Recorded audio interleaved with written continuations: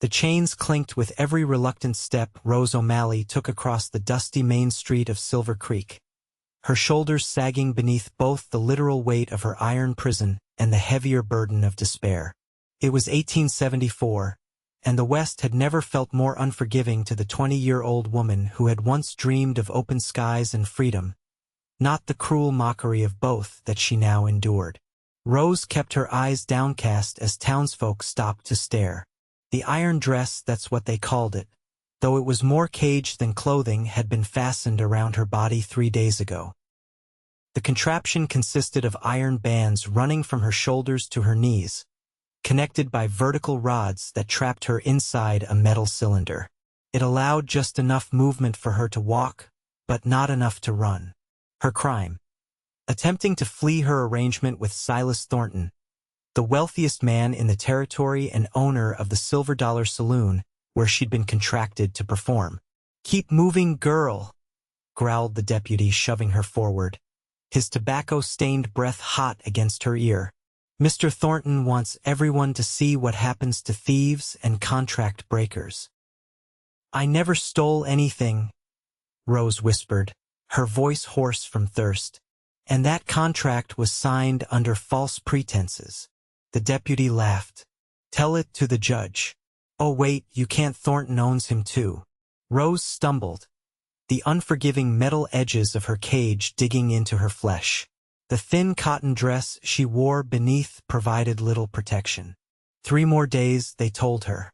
3 more days she'd wear this punishment before being released directly into Thornton's care, as her new employer and self-appointed guardian.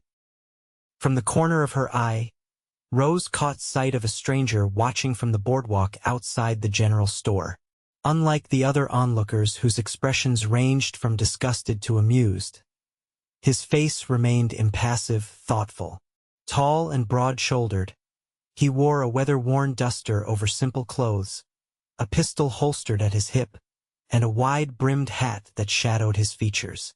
Just another cowboy passing through, she figured, someone who'd forget her humiliation as soon as he rode out of town. How wrong she would be. Flynn Forrester had ridden into Silver Creek with simple intentions. Resupply, perhaps enjoy a hot meal and whiskey that wasn't rotgut, then continue north to Montana Territory where his brother had started a modest cattle operation. At 32, Flynn had seen enough of the frontier to know when something wasn't right, and the scene unfolding before him set off every warning instinct he'd developed during his years as an Army scout. "What's her crime?"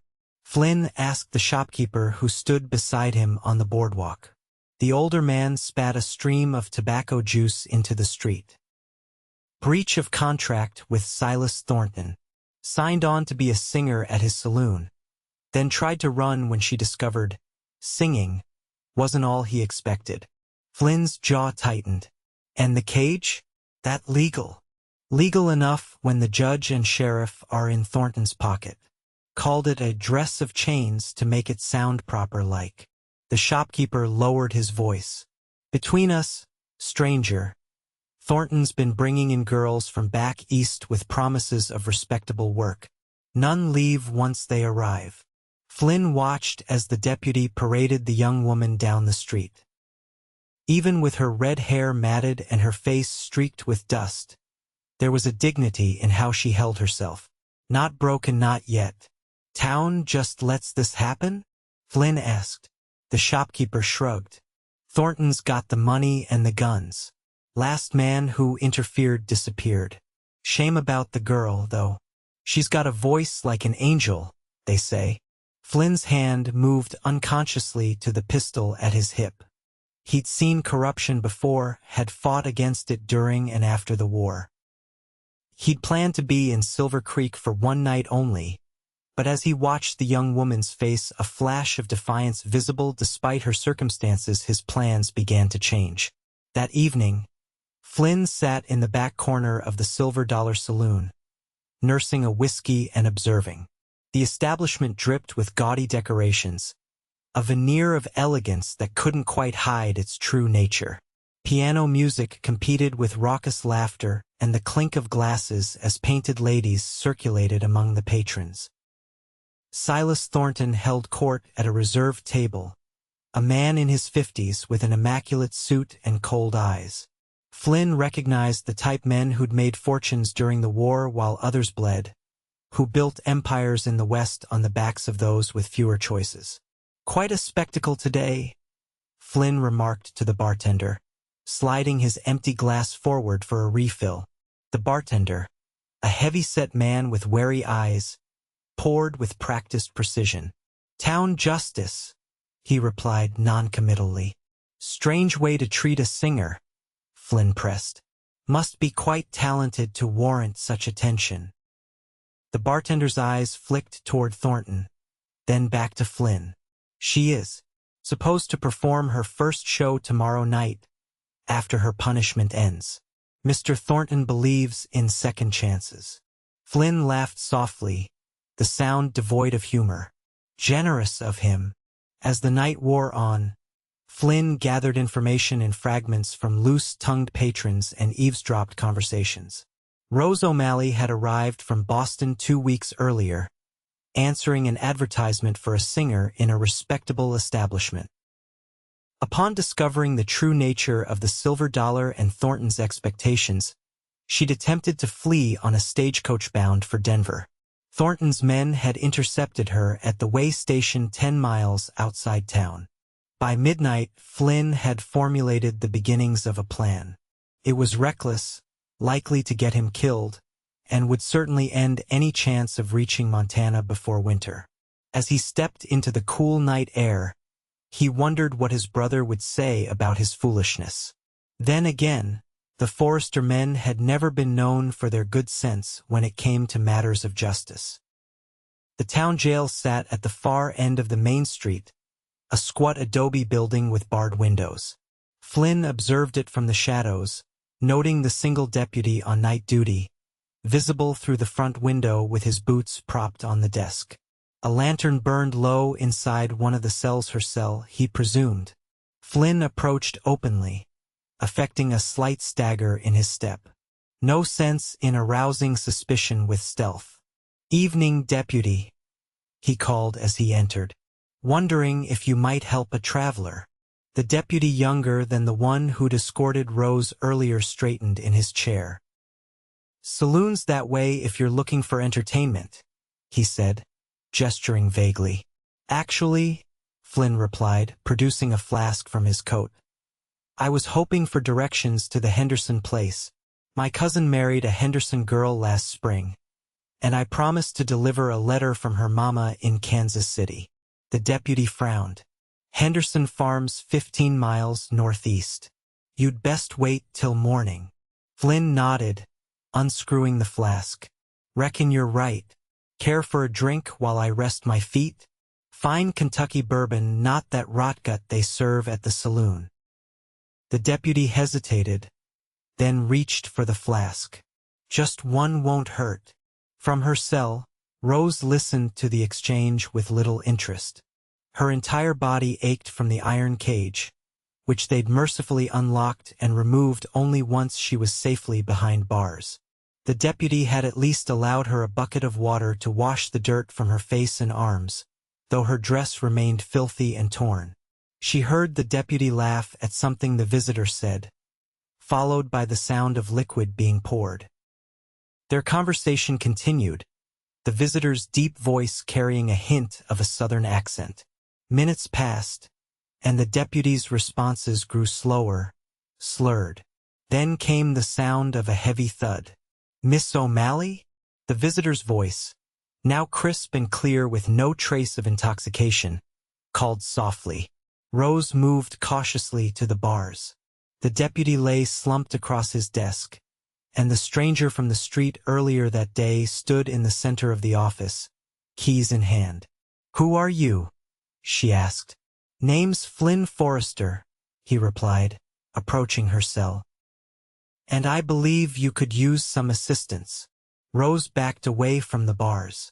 "If you're working for Thornton—" "I'm not," Flynn interrupted, "and I'm offering you a choice the others didn't.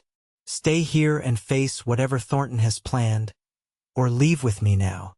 "Why would you help me? You don't know me." Flynn's expression softened as he unlocked her cell door. Because what's happening to you isn't right, and sometimes a man has to stand for something or he'll fall for anything. Rose studied his face, searching for deceit and finding none. They'll hunt us both. Probably, Flynn agreed. But I'm pretty good at not being found when I don't want to be. Now, are you coming? Rose hesitated only a moment before stepping through the open door. What did you give him? She asked, nodding toward the unconscious deputy. Flynn smiled. Bourbon laced with laudanum. He'll sleep till morning with a headache to match. They moved quickly through the silent town, keeping to the shadows. Flynn led her to the livery stable where his horse, a sturdy bay gelding, waited alongside a pack mule loaded with supplies.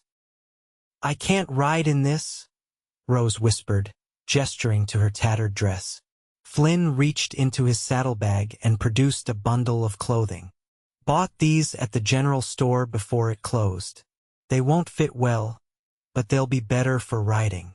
Rose took the offered clothing, men's trousers, a cotton shirt, and a jacket with gratitude. Flynn respectfully turned his back while she changed behind a stall partition. When she emerged, transformed from a bedraggled prisoner to a passable young ranch hand, Flynn looked at her with unmistakable admiration. I don't know what's more beautiful, he said quietly, your courage or your determination. Rose felt warmth spread across her cheeks at the unexpected compliment. No one had called her beautiful before, not like this, not seeing her at her worst and still finding something to admire. Thank you, she whispered, for everything. Flynn helped her mount behind him on the bay, and they rode out of town under cover of darkness, following game trails rather than the main road.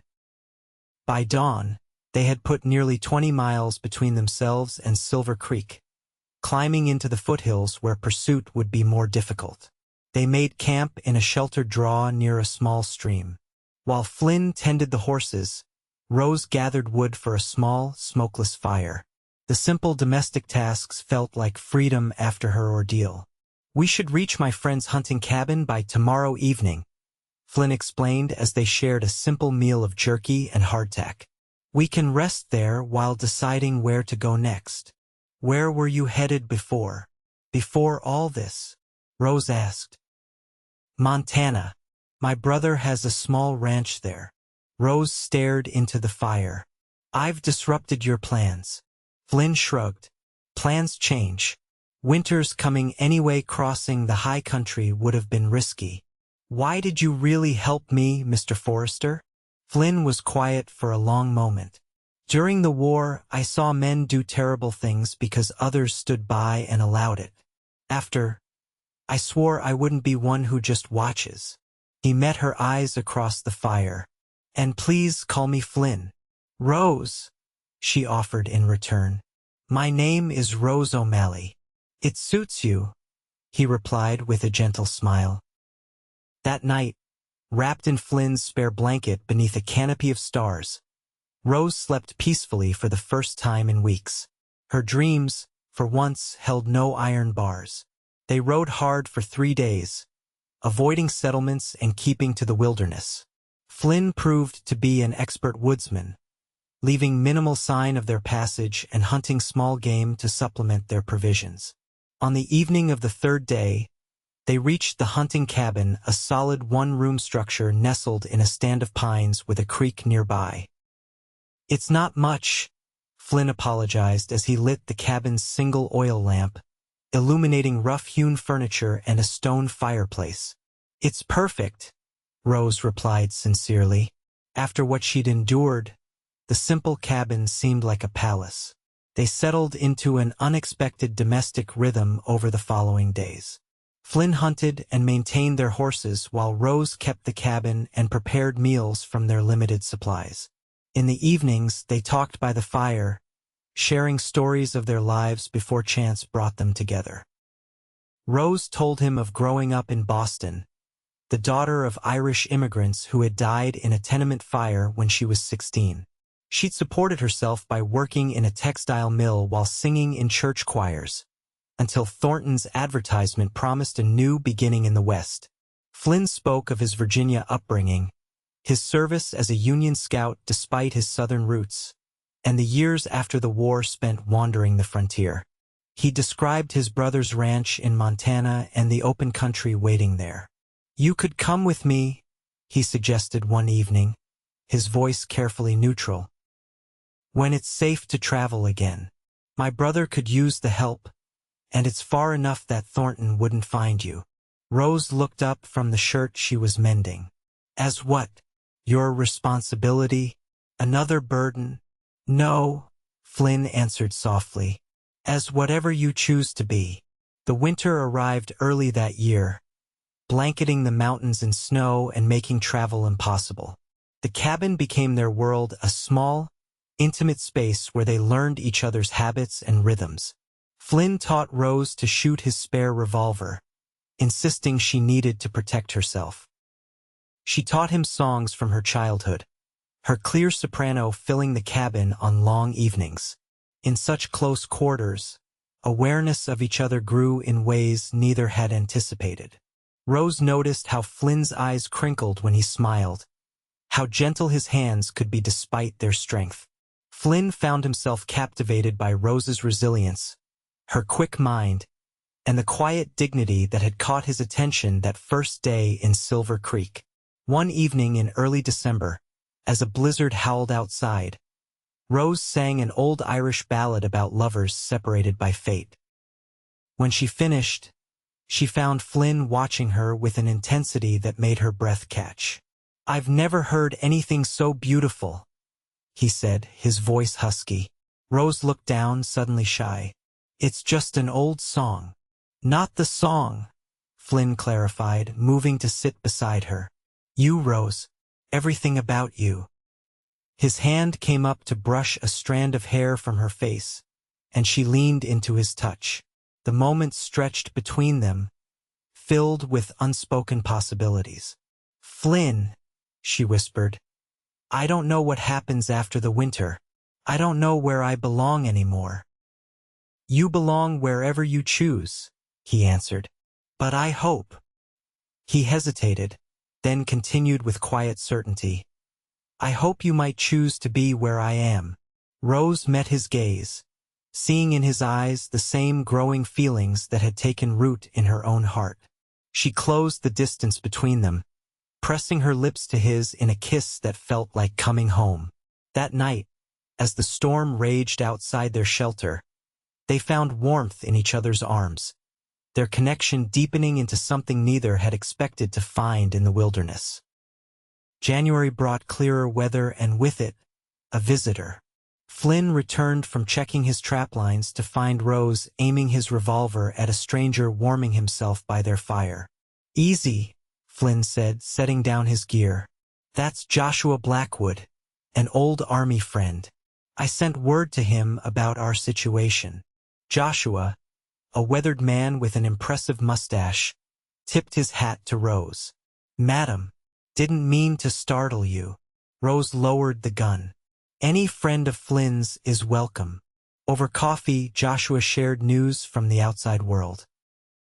Thornton had indeed sent men searching for them, but the trail had gone cold with the first snows. More importantly, Thornton's empire was crumbling. A federal marshal had arrived in Silver Creek investigating reports of forced labor and corruption. "Seems your escape was just the beginning," Joshua explained. "Other girls came forward after you left. The marshal's building a case against Thornton and his judge friend." Flynn glanced at Rose, hope kindling in his eyes. "That changes things." "There's more," Joshua continued. "I brought something for the lady." He reached into his coat and produced a folded newspaper. Page 3. Rose opened the paper to find an advertisement circled in ink. "Singer wanted for legitimate theatrical company. Denver Opera House spring season. Auditions January 15th. Her hands trembled as she read the words. A real opportunity. A chance to use her gift as she'd always dreamed. "Denver's on my way back," Joshua offered. "I could escort you there if you've a mind to go." Rose looked from the paper to Flynn, conflict written across her face. "I don't know what to say." Flynn's expression was carefully composed. "You should go. This is what you came west for." Later, after Joshua had bedded down in the lean-to outside, Rose found Flynn standing at the cabin door, staring at the moonlit snow. "You think I should go to Denver?" she said, not a question. Flynn turned to her. "I think you deserve the chance to choose your own path, without fear or obligation." He took her hands in his. "Even if that path doesn't include me." "And if I want both?" Rose asked. "The opportunity and you?" "Then we find a way," Flynn replied. "Denver's not so far from the trail to Montana." Rose stepped into his embrace. "I never dreamed of freedom like this, not just from chains, but freedom to choose, to love." "Is that what this is?" Flynn asked softly. "Love." Rose looked up at him, at the man who had risked everything for a stranger, who had shown her what freedom truly meant. "Yes," she answered. "That's exactly what this is." 3 days later, Rose departed with Joshua for Denver, carrying Flynn's promise to meet her there after her audition. The separation was bittersweet, tempered by their shared vision of a future together. The Denver Opera House stood like a temple of civilization amid the growing frontier city. Rose, dressed in her finest clothes purchased with money Flynn, had insisted she take waited with a dozen other hopefuls for her chance to audition. When her name was called, she stepped onto the stage, took a deep breath and sang. She sang of mountains and freedom, of love found in unexpected places. She sang with all the emotion of her journey, her voice soaring to the rafters. The theater manager, a distinguished gentleman from New York, listened with his eyes closed.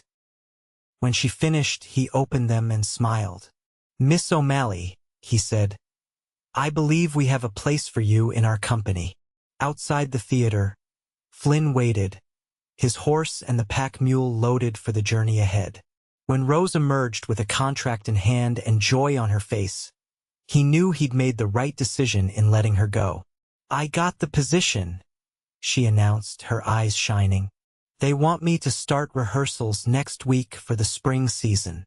Flynn lifted her off her feet in celebration, spinning her around as passers-by smiled at their obvious happiness. "What happens now?" Rose asked when he set her down. "Montana is still waiting for you." Flynn took her hand. "Montana has waited this long. It can wait a few months more." He hesitated, then reached into his pocket, producing a simple gold band. "Unless you'd prefer to come as my wife?" Rose's eyes widened. "Flynn Forrester, is that a proposal?"